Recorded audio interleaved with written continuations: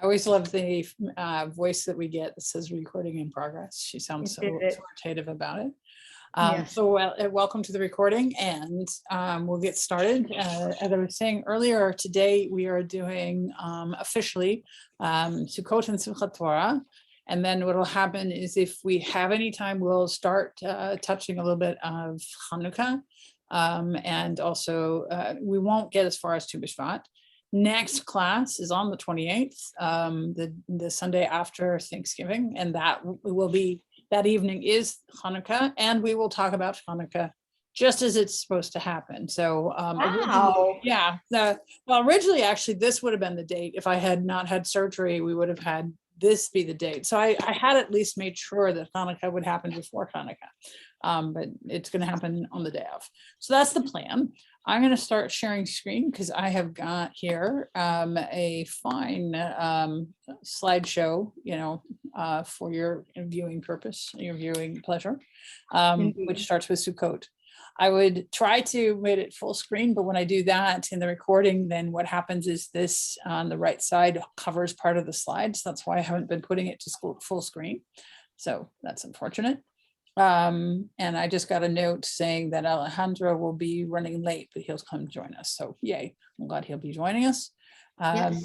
And we saw him earlier today, and it was nice to see him, like as a person as opposed to a box. So we gave him a tour of the congregation. Okay, so Sukkot. Sukkot happens right after Rosh Hashanah Yom Kippur. And so the funny thing about it is that it probably ends up getting to be a little less observed than it would be if it were a standalone holiday. I think if it was a standalone holiday, it would be much more exciting. And the reason for that is that you put so much effort and so much time and so much psychic energy into the high holidays that, at least this is a fun thing. And so it can be kind of chill and kind of fun. But the hard part is that a lot of your, intense spiritual energy is already spent. So it can sometimes, at least in America, feel like an afterthought. If you go to Jerusalem, not surprisingly, as you walk down the street, you'll see sukkah after sukkah. That's the singular for booth. That's the word it means. Because there it's easier to you're more in the cycle of holidays. I think the other reason why Sukkot gets short shrift is you have to then go back to your boss if you're not working for a Jewish organization and say, no, really, I am not making up random Jewish holidays. There is another Jewish holiday. I know we just had two of them and they were really big and I was gone for days, but I need to be gone for days again. And they're like, no, you don't. You're like, it seems like you're now making them up. Especially as you get toward the end of it. But it's a really fun holiday. What we have here in this window, this is, one of the things that you get with this particular class is a tour of the stained glass windows in our sanctuary, which is kind of fun. And this is the window that is for Sukkot. And what you have here is a couple different symbols. This yellow thing here is called an etrog, also known as a citron. We'll talk about it again in a little bit. This thing here is a lulav, and you can see we have different kinds of species that are bound up together. These are the palm leaves, and then you have willow and myrtle. And then above here, this sort of latticed thing is what's known as shach. And it's the covering for your sukkah, which has to be a natural covering. It can't be made out of, you can't put up a plastic tarp, say. It needs to be something that had grown out of the ground, is still in natural form, has been cut from the ground and put up there on the top. And so it tends to be something that was harvested at that time of year. In these parts, it tends to be corn shucks. What happens elsewhere, like in Israel, they tend to do palm fronds. But you see all kind of, like some places further north, you might end up with evergreen branches because that's what's available. So the holiday, so that's the window. The holiday of Sukkot is known as Zman Simchatenu, which means Zman is time, and joy, Simcha. You might have, if you might have heard of the word Simcha. It shows up in Simchat Torah, which is joy, joyous thing. So the time of our joy. We build a temporary booth, which is called a sukkah. So Sukkot means booths, Most of our holidays have really creative names. That's a joke. They're usually things named like booths. You're like, okay, or weeks. You're like, okay. The holidays tend to be really very straightforward in their name. It's put up for 7 or 8 days. Again, we have with the extra days. Again, this happens where we have, it could be 7 or 8 days. We remember in Passover, we had the same thing where it could be 7, it could be 8. Same split, same reasons, same issue. So, review your Passover notes and you'll see why is it 7 or 8 days? And because it's depending on how many days of the holiday you observe. When you're in the middle of this holiday, what are you supposed to do with your booth? You're supposed to eat in it, drink in it. Well, you might you know what I mean. Anyway, you're supposed to sleep in it, spend time in it. You're supposed to spend, a lot of time enjoying yourself out there. This is not a hardship. This is a fine time of year to have this happen. It usually is happening sometime in September to October. So here it can start getting cold when it falls into the later parts of October. We can't even go as far as into the first part of November, but that's very rare. But usually it's a lovely time of year to be sitting outside in a booth. But if it rains, you're allowed to come in out of rain. You're not expected to sit there and get yourself wet. The covering, the top of it is supposed to be loose enough that if you look up, you can see stars. So that's part of the reason why you're allowed to come in from the rain is you would indeed get wet. This is not a permanent structure. This is supposed to be something that rattles in the wind. I had mentioned last week when I did a little bit of the overlap with Sukkot that we have in fact lost a couple of our the congregation puts up a big sukkah every year and it blows over some kind, like anytime we get hurricane winds that come through or a nor'easter, it'll blow right over. It's supposed to and we shouldn't be building a more stable, permanent version. We should instead be going back to Home Depot or Lowe's or whatever to buy more of the metal pipes that we use in it. So questions so far? This is actually overlapping what we had done last week, but I just kind of wanted to pick that up again. I changed the picture though, because I finally got a picture of the window in the sanctuary. I went in and made sure I have a picture of each of them, which I didn't. Yeah. Okay, so here, a sukkah. Here's a sukkah. And you can see this one's from Israel. And one of the ways you know it's from Israel is look at all those palm fronds. The other thing to note is see that fine tinsel. Does that not look like Christmas tinsel? It is in fact Christmas tinsel. That is that the Israelis will happily put up Christmas ornaments, not knowing that these were not in fact made specifically for the purposes of a Christmas tree, because they aren't, because the international trade makes tinsel-y things that you can put up for holidays. So feel free. The fact that you think it's a Christmas decoration does not mean it's a Christmas decoration. That's not, it also gets used for Diwali. It also gets used, you see what I'm saying? I'm pretty sure that the Shintos use it too. So the fact that you think it's Christmas does not mean it's Christmas. So feel free and this is not, if you have ornaments, for those of you who are converting, if you have ornaments, this is one of the ways you can use them. If they're not like specifically Christian themed ornaments, go ahead and hang them from the ceiling of your sukkah. Why not? They would be lovely decorations. And the Israelis will do this all the time. They'll buy Christmas decorations, not knowing, they don't know from Christmas decorations, and they'll happily put them up in their sukkah. The lights, the blinky lights, you betcha.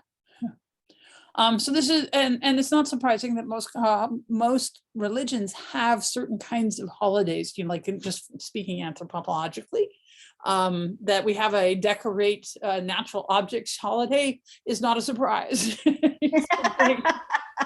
Decorate your natural objects. Go, have at it. Here it is. This is ours. The sukkah can be decorated however you wish. It's often decorated with paper chains, lanterns, lights, vegetables, or fruit. The 7 species of Israel is a common theme. But I've also seen, like gourds, pumpkins. Those are not Israeli. Corn, Indian corn, any of those kinds of things can be put up there. Drawings the kids have done, all kinds of fun stuff. And that's what I was saying here. It can also be decorated with homemade signs, tinsel, or plastic garlands from the dollar store. I've been a fan of getting those plastic flower garland things. Those look really great in a sukkah. Whatever you'd like to make of it. The nice thing about the plastic ones is they don't wear out year to year, but you can get silk ones if you'd like.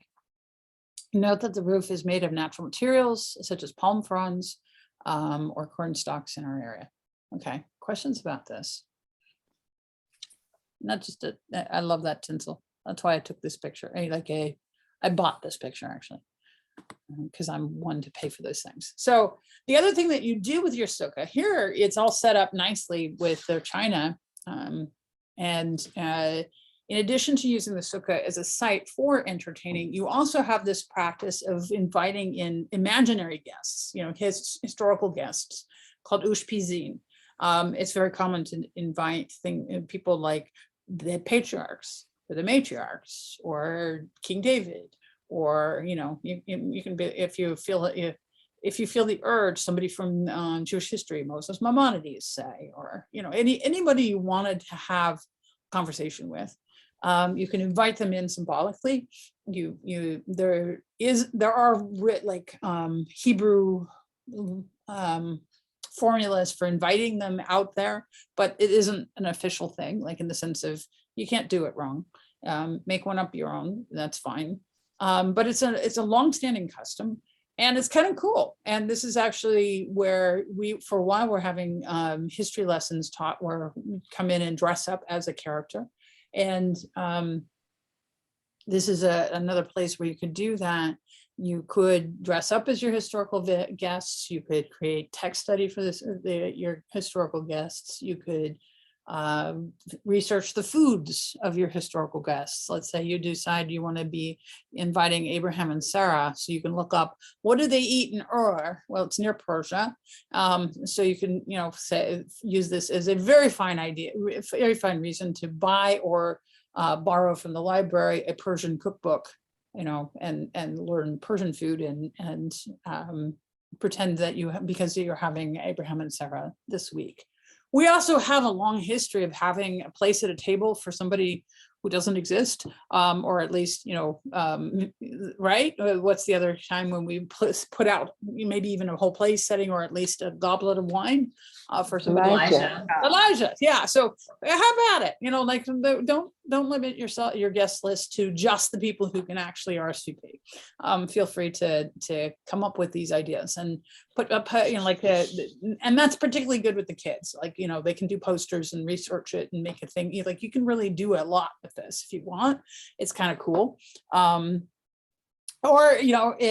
other thing is, you could also be like, Rabbi, it is right after high holidays, and just putting up a couple sheets on a tent frame is about as much as I can handle. You'd be like, good, great, have fun, all good. There's no wrong answer to this. But if you're feeling like I'm gonna do this, do it, have fun, because it can be a really fun holiday. Lulav and etrog. So there you see the lulav and etrog, and in their next slide, we're actually going to see how somebody using it, where they hold them together and do it. What happens is that the lulav is a bundle of 3 species. So it's myrtle, palm, and willow. And so you can see that here. The willow is this one here, and that one's myrtle. And then this is the weird looking lemon thing that has sort of ridges in it is the citrus fruit known as the etrog, which is known as citron in English. And the citron has this amazing smell.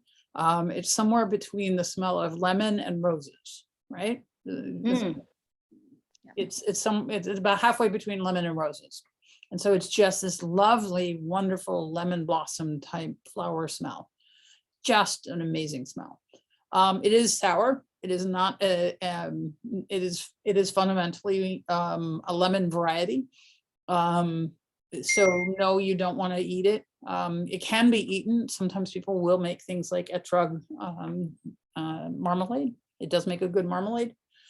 You're not supposed to eat it until the end of the holiday. This little bink right here, you see that little bink right there? That's called the piton. That's the stem of it. You're not supposed to break it, because if you break the piton, then it's not supposed to be kosher for using for the holiday.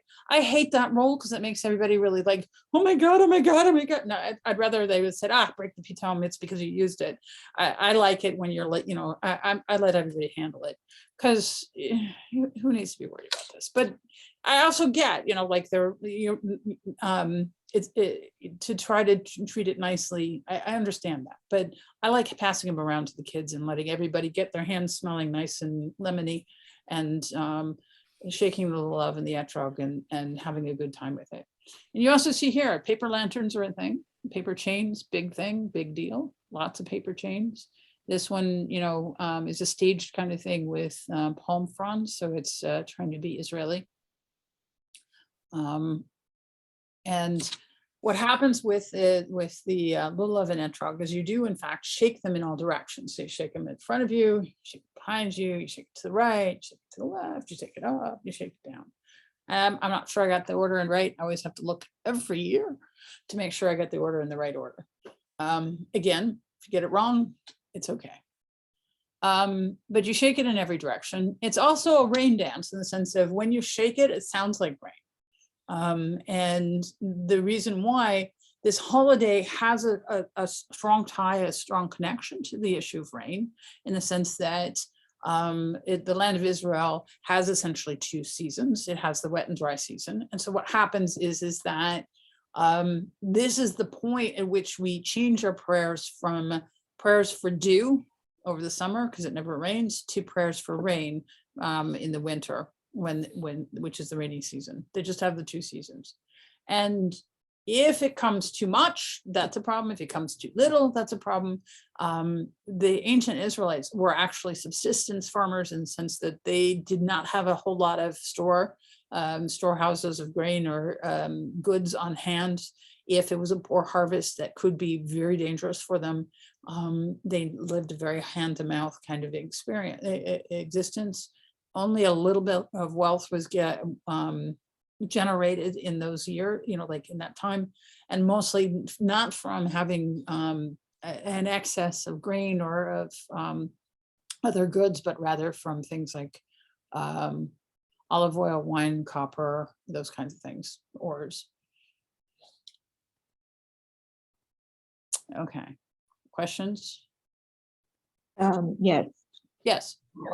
What is the significance of the lulav and etrog, and why do you shake them in all directions? Okay. Well, the significance is that the reason why we do it at all is the Bible says so. I mean, like the base reason is it's in the Bible. Take the goodly branches of these species, put them together. Why do we shake them in all directions? The idea is that God is in all directions. So part of it is an affirmation of God's sovereignty in all ways. And part of it is also rain can rain everywhere. Yeah, so some of both. Okay. So some of it's because of the rain. Okay. Okay. Thank you. Yeah. Other question?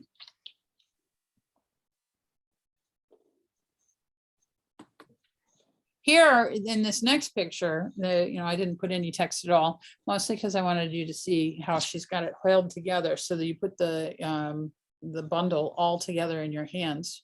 Not this bundle, this bundle. Isn't that cute little guy? And so what's happening is she's about to do the shaking. So you have it kind of like clasped in your hands in front of you like that. And she's going to shake it in the different directions. So this is actually a picture from Australia. You can see that they've made the paper chains. It's something that happens all over the world, is these paper chains. Theirs is from newspapers. And this appears to be some sort of, it could be a mommy and me kind of project, or it just could be a bunch of families with young ones. But they're about to do the shaking. You'll also notice here, her etrog is on the green side. It costs more to get them just full yellow, like all fruit. They come in different grades of quality, and not surprisingly, there's a brisk trade in them, and not surprisingly, a full yellow fruit costs more than a slightly green one. All green one is the cheapest, and so forth. Nice big fat one that's yellow is really expensive. One of these sets where I'll go back one that looks like this, at this level is probably about 40-50 bucks. So that gives you, yeah, they're expensive. They're not cheap.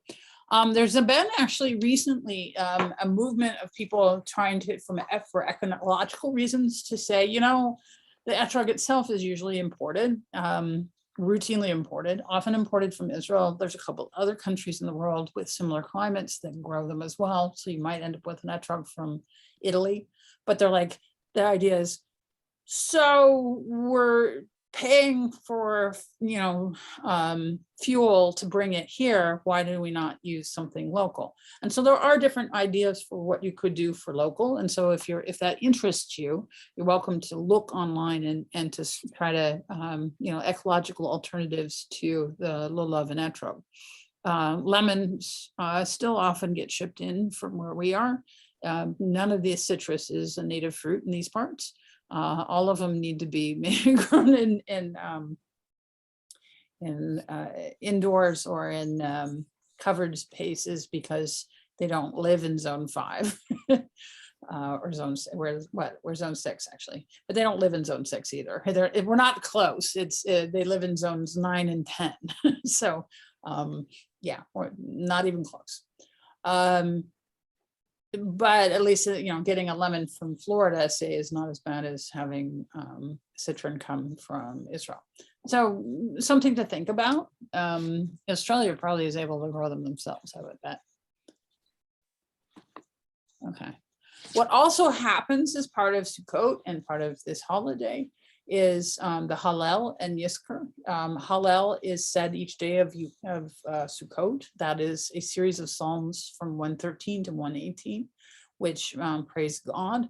On the 8th day of Sukkot, which is also known as Shmini Atzeret, there is also a Yizkor service. Yizkor is something that we saw last, I mentioned this already once before when we were on Yom Kippur, that had a Yizkor associated with it as well. Yizkor means, is for the opening line from the prayer, may God remember, may the one who remembers. And what happens is that we will do a specific prayer called Yizkor. I know, it's a surprise. But we do this prayer to remember those who have departed. And with Yizkor, the people who come to Yizkor are usually people who've lost a parent. That's the most common reason for somebody to come to Yizkor and to do the Yizkor prayer. But actually anybody who is a primary mourner would come to Yizkor for those primary relationships.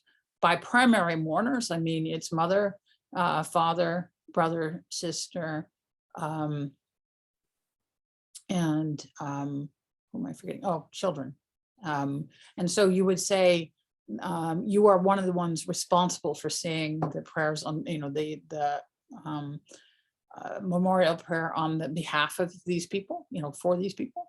And so that's who shows up. So in Yom Kippur, what happens when you do the Yizkor prayer is that sometimes you have this sort of what feels like a changing of the guard. You have, if you do an afternoon service, you have a group who will come to the afternoon service, then leave the room if they have their parents alive, have a group that comes in just for Yizkor, and then they'll leave, and then the other group comes back for Nihila, for the closing prayer. Here, you don't have that problem so much because they're by themselves. It's a standalone service. But then it also becomes harder to get your minyan and to make it and have people, be here for this service. Yes. Can't hear you. You're muted at the moment. What does the light mean? Oh, okay. So what I took a picture of here is these are our memorial boards, and the light means that it's the week of that yard site. Let's see if I can come in close. Nope, I can't do that.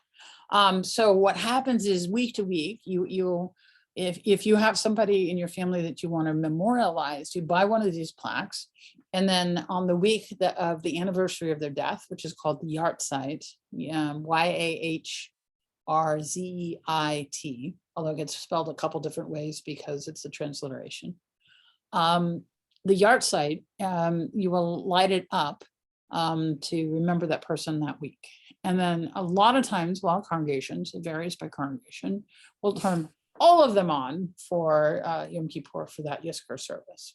And so I worked for a congregation that I served as the rabbi that had been functional since 1861. And so what would happen at high holidays for Yom Kippur, they had a long hallway that had all of these plaques in it. It would totally warm it up like multiple degrees because it a lot of lights on. It was rather warm. We're not as old, so we only have we don't have quite so many plaques, and we wouldn't be able to warm our building with them. But and so that's why I have this picture here, and that's what the lights mean. But at the Yizkor service, we aside from the one that's on Yom Kippur, we don't usually go through and light them all up. Usually then we just leave the weekly ones on. So, but it's a good question. What are other questions? Oops, I have a question. Yes. Is it appropriate to do a memorial plaque for someone who is not a parent or a child? Yes, you can do a memorial plaque for anyone you would like. You don't have to be a primary mourner to buy and to remember somebody for a memorial. And that's especially true, which is good because what happens is when you have the funeral, a lot of times the memorial the funeral homes will be like, who's a primary mourner? And they just get the ribbon, the kriya ribbon for the primary mourners. But sometimes, your family is chosen family. You're like, I know we're not like blood relatives, and I know I don't have a responsibility, but this person matters to me. And so I think anybody could be there. We do have a hard and fast though that pets are not. But aside from that, Rabbi, yes. did the plaques stay there forever? Yeah, pretty much. These plaques are some of the most enduring items of synagogues. So when synagogues, they do some occasionally go under, they normally negotiate who's going to take the plaques and keep them going. And these plaques are taken very seriously. And so the congregation I mentioned that had the hallway of great heating actually also had merged with another congregation. The Orthodox, it was a Reformed congregation. The Orthodox essentially folded into them. I know, unusual, but it did happen. And so they inherited all of the Orthodox plaques and put them up and would light them up. So that particular congregation, whenever we did a Yizkor service, would then feel a need to read all of the names, which I don't recommend as a practice. I'm glad that this congregation does not do it, because I didn't have to come in and try to convince everybody that, no, that's a bad idea, because it would take 45 minutes. Yeah. So most congregations, if they're going to read the names, do one of two things. This congregation, we read anyone who died in the past year, which is a good way to do it. Some congregations will read everybody who somebody in the congregation directly remembers and has, like submitted to the memorial book. That's still a long reading though. I think it's fine to do just those who passed in the last year and then give you time to remember people. So any other questions on this? You can use the hand raise in case I don't see you. Okay. So I mentioned here Shmini Atzeret. Shmini Atzeret means the 8th day, the 8th celebration. And it's a holiday in the Torah that doesn't have any specific function. It's sort of the appendix of holidays. I kid you not. And it doesn't have a lot of special liturgy either. And so what's happened over the years is Simchat Torah has kind of taken over its role. And so you will occasionally hear the words Shmini Atzeret, and you're like, I don't know what content belongs there. And the answer is none. It doesn't. It's a placeholder. It's not its own holiday. What really actually happens is, ta-da, Simchat Torah. Okay, we don't go around going ta-da, but close. Thanks for laughing at my jokes. I appreciate it. You guys are awesome. You're welcome. Okay, so Simchat Torah, here's another one of our windows. I love these windows. They're a really great teaching tool. I think they're simply awesome. Here's one of the windows. The one with the Torah, not surprisingly, is the one that goes in Simchat Torah. And what's happening with this one is that the words, it's simcha, we've just talked about, that means joy, like simchatenu. Or if you have a personal, we refer to in Yiddish a celebration in your family. Like if you have a good celebration in the family, like a baby naming, a wedding, a bat mitzvah, bar mitzvah, we refer to that as a simcha. Like you say, I had a simcha in my family. It was so awesome. We all got together. All right, so Simchat Torah, the joy of Torah. So this is when we express our joy for Torah. Notice also that we have 2 holidays in this season, in the year, that are related to Torah. One's related to the content and its delivery, the revelation. That was Shavuot, where we get the Torah, we get the material. This one is, yay, we have it. Okay, it's a small distinction, but we really do have 2 Torah holidays. This one, though, is more focused on the scroll and less on the revelation. The other one is really a revelation holiday of, yay, God loved us to give us Torah. This one is all about the scroll. We actually get kind of, we love our scrolls. We love them, and this is where we get to express our affection for them. In our congregation, like many other Reformed congregations, what we do is we tend to, the way we usually observe it is we'll unroll the scroll, one of the scrolls, usually the little one, all the way, which is what we did this year, because we had overlapped it with the religious scroll to make sure we'd have enough people to be able to do this. And we had enough adults to be able to hold it, barely, but we did, because it takes a lot of people. Because it's really long. And in fact, if you start unrolling the small scroll, so this is the small scroll, not the giant scroll, because and start at the center of the bima, start at, let's say that's 12 o'clock, and you start unrolling it around the building, right? We're actually usually unrolling counterclockwise, just is what ended up happening. It'll come back to the bima, back to the center of the room, right? And still need to keep going. We actually can unroll it about 1.5 times in our sanctuary area. It takes about 1.5 rolls. So they're very long. They're written by hand on parchment paper. The parchment paper has to be a kosher animal, so does the pen that's used, which is a feather. The ink is a proprietary, and you have to be a scribe to know how to make it, kind of ink, which is made, not bought. What then also happens is that they, with the scroll itself, score lines with a sharp point, like a X-Acto, in the parchment to create the lines from which the Torah is written. However, nowadays they usually get a computer to do that because it's faster. Yeah, it really is. And so then what happens is that these scrolls, they take about 3 months to write by a experienced scribe. An apprentice might take 6 months, and they again get checked by somebody, and then periodically over the course of their lifetime, they last about 70 to 100 years, about the same as a person. Over the course of their lifetime, they're just supposed to be checked periodically to make sure that they none of the letters have rubbed off, that they don't need any repairs. Questions? Questions about the scrolls? Oh, yeah, I had a question, and this is kind of related to when we were talking about the other day. So what happens if a Torah becomes like unrepairable? Like, I think about like, Very good question. burn flags. Like, is there ceremonial? Yeah, they're buried like people are. And in fact, it's considered a high honor to be buried with a scroll. To have the scroll be put into your gravesite is a fine thing. It's considered a high honor. But that's how you get that. That's what you do with them.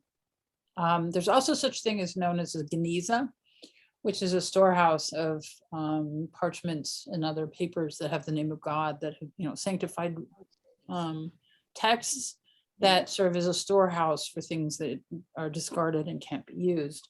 And theoretically, the geniza is supposed to be cleared out and buried, but occasionally we will find ancient geniza stores like that. And those are always really fascinating. So there's a very fine Geniza treasure trove of materials that were found. And I think it was Alexandria. I'm not remembering offhand. So that's the other option. But what would happen is you would make that arrangement. It takes a lot, like they can be repaired for a long time. And one of our scrolls is actually a Holocaust scroll that had sat in water. So there's parts of it that are a bit hard to read because of that, and they could use that sort of tender loving care. What would and at some point we'll be able to, we're intending to go back and repair it. So the other thing you have to do, like if you've ever lost a baseball mitt and then found it, 10 years later, they get kind of dry and crumbly. Scrolls do need to be read and moved and rolled and to stay supple. And so part of our care and feeding, so to speak, is to make sure that they get re-rolled periodically, that they don't get just stuck on one spot, that we use them and bring them out and make sure that they're handled, because they actually prefer to be handled. How many people would you say are employed writing scrolls? Oh, I don't know. It is a small cottage industry in Me'asharim district in Jerusalem, I know, because I went to visit one. I don't know. I really don't know. The scrolls themselves, as I said, they take about 3 months to write. A cheap one is 30,000. So, you can make a living doing this, but it doesn't tend to be a living that makes you rich. So, but yeah, you can do it full time as a scribe. Traditionally, scribes are male. I do know female scribes though. And the Orthodox community that cares about that a lot is horrified by that thought, because now, you can have a scroll that was written by a woman. I'm good with that. Yes. Yeah. So, so if you ever want something, like there are other objects other than scrolls that can come from a scribe. If you ever want to get something from a female scribe, soferet, which is the feminine form of sofer, of the word for it. If you Google her, she has things like the little sheet that goes inside of a mezuzah. That's another thing that they write. The scroll, the stuff that goes inside of tefillin, which are these traditional boxes that are leather that you put on your forehead and on your arm. They write those. They actually also write traditionally marriage contracts and other kinds of contracts, including divorce contracts. So they do all these different kinds of things. So there's a number of, it's not just Torahs that they write. And so that's part of the reason why they're able to make a living doing this. Okay, other questions, or should I go to my next slide? I have a question. Yes. So the process of replacing a scroll or retiring a scroll. Right. So these come in pairs, right? The scrolls? No. Oh, they don't. No, they have the two, you can see on here, I keep pointing as if you can see me. These two spindles, so to speak, they're called etzim. They have those two, but it's a single scroll. Okay. So yeah, like if you're replacing it, I guess, can the synagogue be without one, or do you have to get the replacement before you retire the other one? Well, can a synagogue be without one? Yes, although that makes it hard. It's a sad. What happens though is actually congregations routinely have 3 scrolls, sometimes more. There are congregations out there that have this whole bank of them. What happens is that sometimes congregations get them, loaned them to them. Like if you form a new congregation, you can sometimes get a scroll as a loaner. I think technically our Holocaust scroll is a loaner. I'm not positive on the whole story. Yeah, it is. But I think it is a loaner. It's actually owned by the trust. Yes. The Czech Scrolls Trust loans them out for use. There's also, and congregations raise money to create one or to buy one. That you can buy them. That's a thing. If you have 30,000 lying around, you can own your own scroll if you wish. But the reason why you need 3 of them is like when we come up on Hanukkah, there will be 3 separate readings that go for the Shabbat and Hanukkah. And so as a consequence, you're supposed to have 3 scrolls to be able to read all 3. Because you can't roll it in the middle of the service. What do you do if you don't have a scroll and you need to do a reading? Let's say a congregation owned 2 scrolls or a single scroll, and that week's readings called for 3 readings. Well, and you really wanted to do all 3 readings. You didn't want to just be like, okay, I guess we don't do them, which is always an option. What you would do is you would use a chumash. So let me show what your chumash is. Chumash you've seen before. Again, I'm sorry, I keep getting up because I'm in my office, so I can show you things. Okay. This is a chumash or chumash, but anyway, which means it is related to the word for 5, and it's the 5 books of the Torah, and it has the Torah text in it, and you can just use that to read. You wouldn't do the same kinds of blessings for it. When we do the Torah reading, we do Baruch Hu Adonai Havorach, we do the special Aliyah before and after the reading. And that song and that text doesn't get done if you're just going to read out of the Chumash. Okay. But that's how you handle it. Okay, I saw Eric had his hand up. I think you answered the question. They're required to be handwritten. I'm just, Yes, everything is digitized these days. it's true.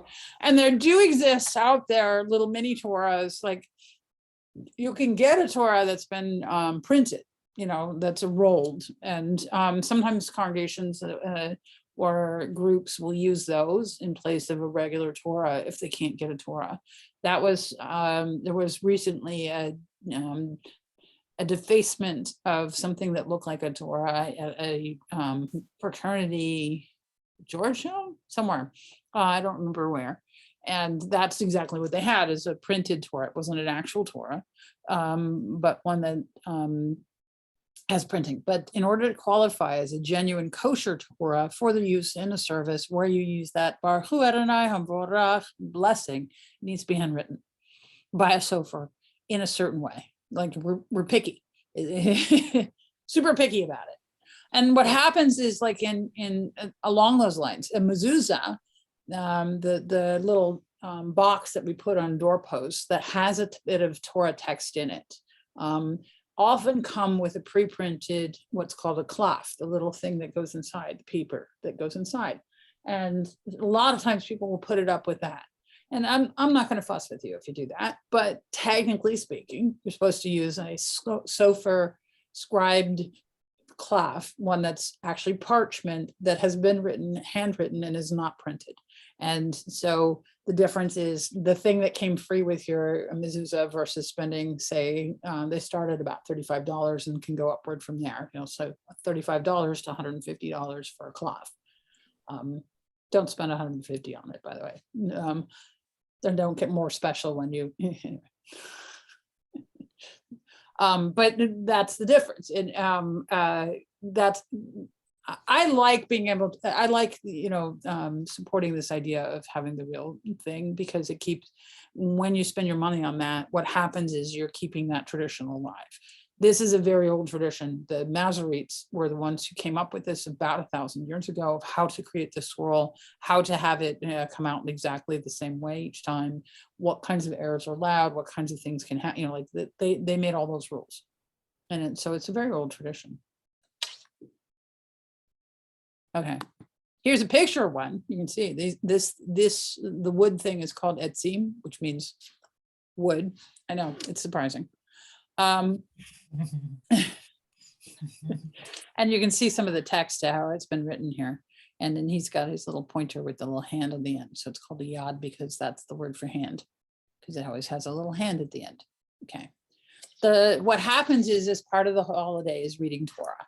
The last portion of Deuteronomy is read, followed by the first portion of Genesis, the honor of the Aliyah. That's the blessing. Baruch hu Adonai havorach. That's the Aliyah, is that blessing. The one who does the Deuteronomy one is the bride or groom of the Torah, and the one who does the Genesis one is the bride or groom of Genesis. It's also the time of year when children can come up and do an aliyah if they're under 13. Normally they have to wait till they're bar bat mitzvah, and even then it's done as a group. And you sometimes will come up with different kinds of aliyot for people. You know, you might say everybody who had a birthday this month, or everybody who, you know, whatever, might come up. But it's a nice thing. Questions about this? So the very end of the Torah, by the way, the end of the Deuteronomy is the death of Moses.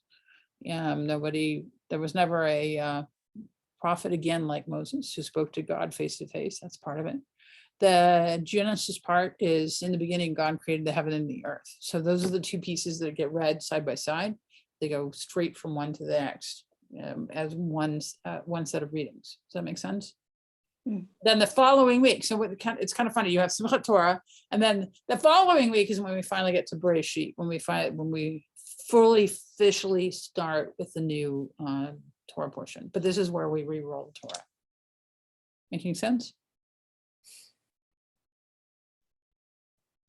The other thing that happens is that dancing with the Torah is also a thing. And you can see she's still got the lulav and etrog here, because we're at the very end of Sukkot. So what happens actually with that is, traditionally, and we don't tend to do this one because it makes a giant mess, you beat it on the bima, you destroy it. But it makes a mess. We don't usually do it. But here you have dancing with the Torah. This is an older picture because we haven't done the dancing part for a while. For a variety of reasons, but we've instead focused on the unrolling idea instead. Partly because also you notice that it's nice out, and you need that to work out well. And you also need to have the critical mass of folks who are willing to hold and dance. So that's why. Okay.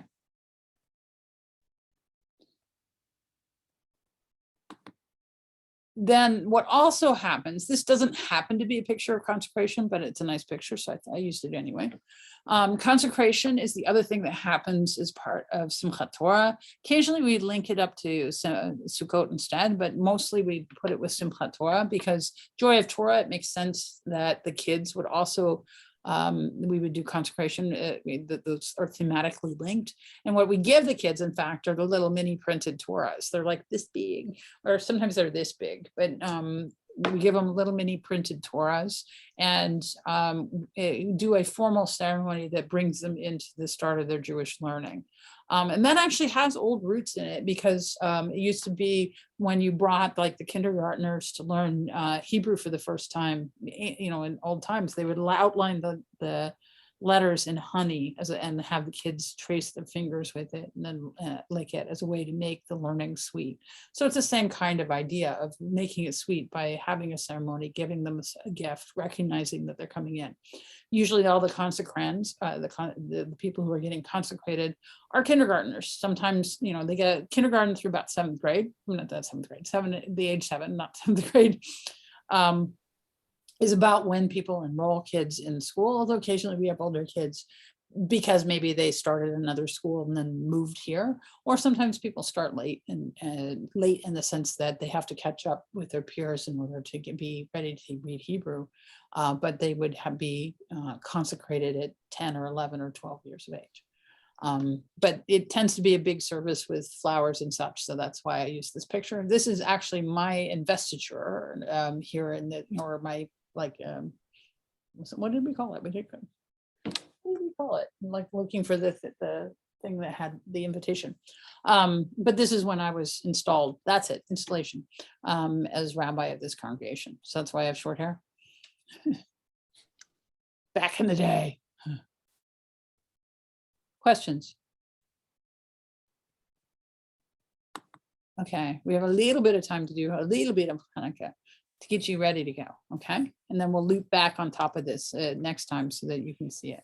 Here's the next window. I love that they made the light have a Star of David. Isn't that cool? But this is a menorah. You know it's a menorah because it has all these branches, and there are versions of the menorah that are not a Chanukiah, not for Hanukkah, that have fewer branches. The ancient temple would only have 7 branches, and you will see that symbol from time to time. It's actually one of the oldest symbols of the Israelites, even older than that Star of David. Star of David, he probably didn't actually carry that star. It's probably not his star. He probably actually had a menorah as his symbol, but that's another story. At any rate, but the Chanukiah is specifically for the holiday of Hanukkah. It's a kind of menorah that's specifically for Hanukkah. And it's because it has 9 branches. And the 9 branches are so that you can have 8 days plus a shamash. The shamash, this guy here, is on a higher or lower level than the rest of them. And then these guys should all be even. Does that mean every Chanukiah out there does it right? No, it does not. But, you know, that's fine. Again, I am not going to be your Chanukiah police. You notice here, they have this little cruise of oil right back here to highlight that the miracle was that the oil lasted for 8 days.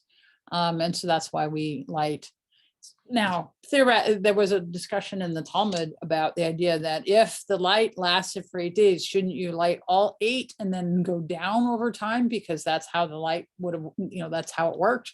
And they said, yeah, but it's much more fun. They didn't use the word fun. They said, you shouldn't go down in light, you should only increase. And so that's why we add a candle each night. So to get them all blazing like this, it would need to be the last night of Hanukkah. Making sense? This particular one, although it's really very pretty, would probably fall over. This base is not wide enough for all those branches. Rabbi, Yes. is it that you put the first candle in and then it burns out? You let it burn until it burns out. And the next night you put 2 candles in until they Yes. burn out, and you continue Exactly that right. way? Okay. Exactly right. Exactly right. So the first night of Hanukkah, well, you actually technically have 2 candles. So first night of Hanukkah, you put a light and this one, and you light it. And then the second night of Hanukkah, you put in a second one in, you always light your newest candle first. And there is a direction you're supposed to go. And To go right to left.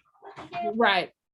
I always get it backwards because one, I flip right and left all the time. It's a spatial visual thing. And number 2, I'm also, in my defense, often lighting on behalf of a crowd. So I'm often in the wrong side anyway. So I get that mixed every time. I have to look it up. And but that's why they have books. That's what the books are for. So but yeah, you add a candle and you always light the new one first. And the middle candle, you let that burn down until it burns out as well every night? Yes. So yeah, you never blow these out. You also are supposed to, the other thing to know is you're supposed to have other lights on. You don't turn off all the lights and look at it. Why? Because these are holy. That's one of the things the blessing says, these lights are holy. Anerot hallelu. Kadosh Hem, I think is the official phrase that we use, but you're not supposed to use them because they're holy. They're only supposed to burn for this purpose. And so that's why you're supposed to have other lights on in the room. You're supposed to put it in the window so that you can publicize the miracle. I don't know what I'm going to do about that because my house you cannot see from the street. But okay. But yeah, here you see it. To publicize the miracle, we light a menorah each night of Hanukkah, increasing the light each night. And actually what we can do is when we meet next time, I can have a Chanukiah to show you, how we're doing it and walk through the blessings for it. That would probably be a good idea. My next slide on this, you can see this is my menorah. Isn't that lovely? It's a handmade one. And this is, and you can guess what night is this? What night is this? Last night. Yeah, the last night of Hanukkah. And in fact, this was last year, the last night of Hanukkah. And it probably still has the wax in it from last year. You can see these are the fancy ones from Safed or Sfat. Where they're dipped and they're multicolor. You can use any color. You can use them, like if you can be like, I only want blue candles, fine. You can say, I want blue and red and yellow and pink and green, fine. You can decide, I want them to go in rainbow order, fine. You can be like, I want them to be random, fine. There's no rule on this one. You know, like, I know we get all ruly about things, you know, and say, you must write, you know, like, it is amusing to me that we're like, you must do it from right to left, but use whatever color you want. Okay. That's how it works. But that's all right. One of the rituals of Hanukkah that's unspoken is that you're going to spend a lot of time trying to get the darn things to stay in there and not fall over. So just be aware of that little phenomenon. For some reason, manufacturers of Hanukkah don't seem to understand that candles come in a standard size. And if your little holes in this thing are not standard size, then it's going to be a pain in the butt to keep trying to put the candles back in it. Just saying. I always use aluminum foil Oh, aluminum foil around is the a good base find. of the candle. Yeah. That's a good idea. That's always a good idea. So aluminum foil is a very good idea. Actually, thank you for helping us with that, because I did it as a comfort. I did not know that. I'm going to have to now, my mental note, aluminum foil. Because I've been doing the burn candle down to then stick it in there kind of thing. And that's not, they still go plink. Yeah, the tops of ours unscrew and I stick them in the freezer. And Okay. then it pop the wax out.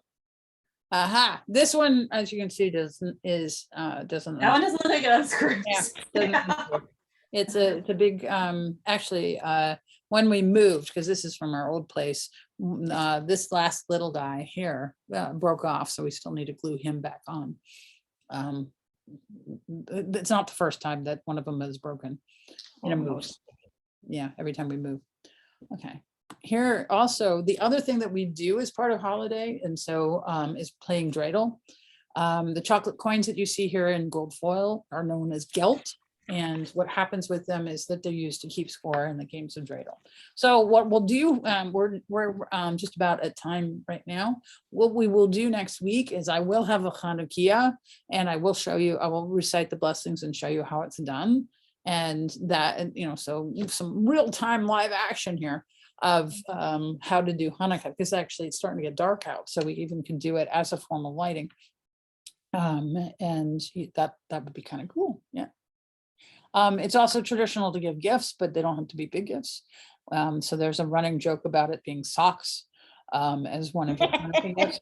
I personally love socks. you know, like, you feel free to give me Hanukkah socks. I actually received from the congregation Hanukkah socks today because I was admiring them at the sisterhood thing. And she's like, happy Hanukkah, have some socks. So thank you to the congregation for giving me Hanukkah socks of the fuzzy variety. I'm really happy about this. So another thing you should check out to increase your cultural knowledge is a really fun video called Puppy for Hanukkah by David, D-A-V-E-E-D, Diggs, D-I-G-G-S. He is one of the stars of Hamilton, the original show. As I recall, he played the dual role of Jefferson and what's the other one he plays? Lafayette. And did a beautiful job. And he's, you know, he also writes rap, and it's just the coolest little video.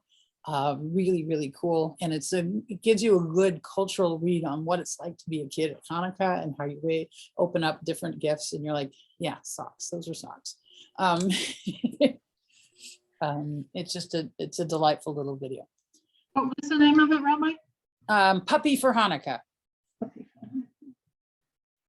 All I Wanaka is a puppy for Hanukkah.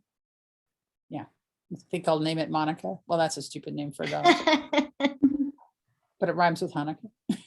That's does. part of the song. It's just fun, and it even has the blessings in it. You know, so which is even cooler. As I said, up your cultural cool quotient with Puppy for Hanukkah. If you're like me, you need all the help you can get.